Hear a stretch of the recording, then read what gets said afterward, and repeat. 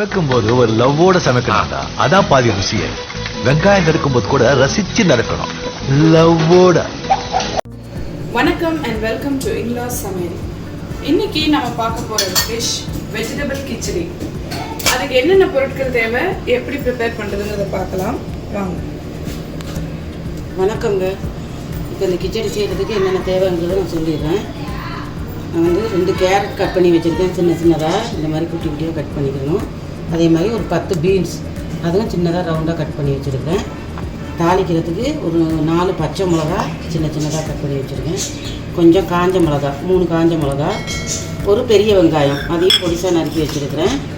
கடுகு, உளுத்தம்பருப்பு, கொஞ்சம் கருவேப்பிலை, ஒரு தக்காளி பொடியாக கட் பண்ணி வச்சுருக்கேன். ரவை, இந்த கிளாஸில் ஒரு கிளாஸ் ரவை எடுத்துருக்கிறேன். அதுக்கு வந்து நம்ம 1.5 கிளாஸ் தண்ணி ஊற்றணும். இப்போ எப்படி செய்கிறதுங்கிறத பார்க்கலாம் வாங்க. ஒரு 2 கரண்டி எண்ணெய் ஊற்றிக்கிறேன். பெரிய கடாயை ஒன்று அடுப்பில் வச்சுருக்கிறேன். அதில் 2 கரண்டி எண்ணெய். இந்த காயெல்லாம் நல்லா வதக்கணும். எண்ணெய் காயட்டும். நம்ம எண்ணெய் 2 கரண்டி ஊற்றிருக்கோம். அதில் நான் ஒரு 1/2 ஸ்பூன் நெய் சேர்த்துக்கிறேன். நெய் சேர்த்துக்கிட்டால் கொஞ்சம் டேஸ்ட் நல்லாயிருக்கும். கடுகு, உளுத்தம்பருப்பு சேர்த்துக்குவோம். காஞ்ச மிளகா, கருவேப்பிலை சேர்த்துக்குவோம்.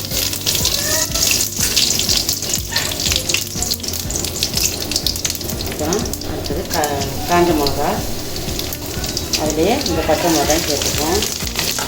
சேர்த்து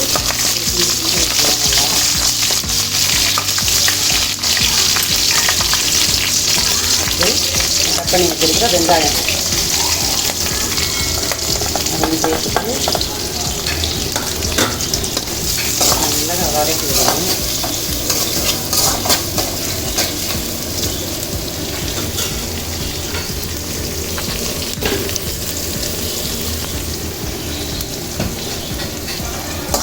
கொஞ்சம் ஓரளவுக்கு வதங்கணும்னு, ரொம்ப வதங்கணும், ரொம்ப பொன்னிறமாக வரணும்னு இல்லை. கொஞ்சம் கட் பண்ணி வச்சுருக்கிற காயை சேர்த்துக்கிறேன். பீன்ஸு, கேரட் ரெண்டையும் சேர்த்துக்கிறேன். இதுக்கு வந்து தொட்டுக்கிறதுக்கு ஒன்றுமே தேவையில்லை. நமக்கு வேணும்னா ஒரு சட்னி அரைச்சிக்கலாம். இன்றைக்கி நான் வந்து இந்த கிச்சடிக்கு ஒரு சட்னி அரைக்க போகிறேன். இங்கே வந்து வதக்கி வச்சு வேகிற கேப்பில் ஒரு பச்சை மிளகா சட்னி ஒன்று அரைக்க போகிறேன். இப்படி போட்டு நல்லா கிண்டி வச்சு வதங்கிறதுக்கு கொஞ்சம் உப்பு, ஒரு 1/4 ஸ்பூன் உப்பு.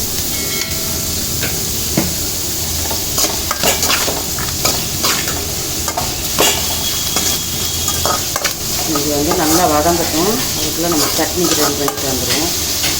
கேரட் பீன்ஸெல்லாம் நல்லா வதங்கி சுருங்கி போயிடுச்சு. இதில் வந்து நம்ம இந்த தக்காளியும் சேர்த்துக்கிறோம். ஒரு தக்காளி அதையும் போட்டு நல்லா கிண்டி வைப்போம்.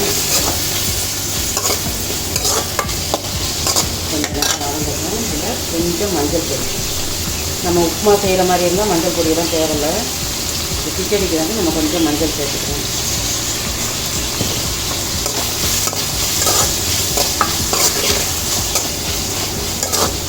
கொஞ்சம் நேரம் வதங்கட்டும். நல்லா தக்காளியும் வதங்கிடுச்சு பாருங்கள், கலர்ஃபுல்லாக இருக்குது. நம்ம கேரட் பீன்ஸ் தேவைன்னா இன்னும் கொஞ்சம் அதிகமாக சேர்த்துக்கலாம். எங்கள் வீட்டில் இந்த குட்டி சாப்பிட மாட்டான், கொஞ்சமாக சேர்த்துருக்கேன். இப்போ நம்ம இதில் வந்து தண்ணி அளவு சேர்த்துருவோம். இப்போ இந்த டம்ளரில் 1.5 டம்ளர் தண்ணி சேர்க்க போகிறேன். 1 டம்ளர் தான் ரவை எடுத்துருக்கிறேன். 1.5 டம்ளர் தண்ணி சேர்த்துட்டேன். சேர்த்து இந்த தண்ணி நல்லா கொதிக்கணும். காயெல்லாம் வந்து நல்லா கொதிக்கிறதுக்கு அப்புறமா தான் நம்ம ரவையை போட்டு கிண்டணும். கொதிக்கட்டும். இது நல்லா கொதிக்குது. இந்த மாதிரி கொதி வந்தோம்னா தான் நம்ம இந்த ரவையை போட்டு கிண்டணும். இப்போ கொஞ்சம் கொஞ்சமாக அப்படியே ரவையை போட்டுகிட்டே நம்ம இப்படி கிண்டி விட்டுட்டே இருக்கணும். இல்லைன்னா கட்டி ஆயிரும்.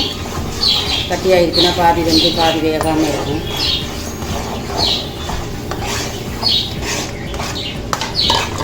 இது வேகிற வரைக்கும் நம்ம கிண்டி விட்டுக்கிட்டே இருக்கணும். அப்படியே விட்டுறக்கூடாது.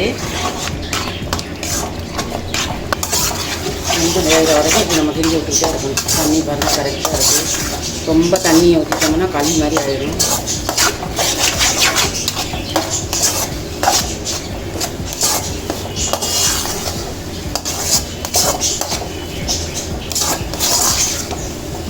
சட்டுன்னு செய்யக்கூடிய ஒரு டிஷ் இது. காலை டிஃபனுக்கு, நைட் டிஃபனுக்கு கூட நீங்கள் தாராளமாக செஞ்சுக்கலாம்.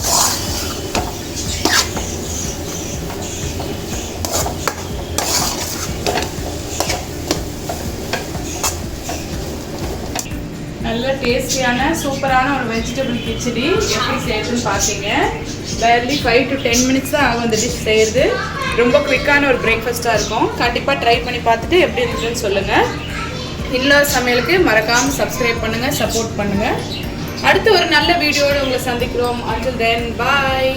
ஓகே, பாய். எங்கள் சேனலுக்கு சப்போர்ட் பண்ணுங்கள், சப்ஸ்கிரைப் பண்ணுங்கள். சமைக்கும் போது ஒரு லவ்வோட சமைக்கணும்டா, அதான் பாதி ருசியே. வெங்காயம் நறுக்கும் போது கூட ரசிச்சு நறுக்கணும், லவ்வோட.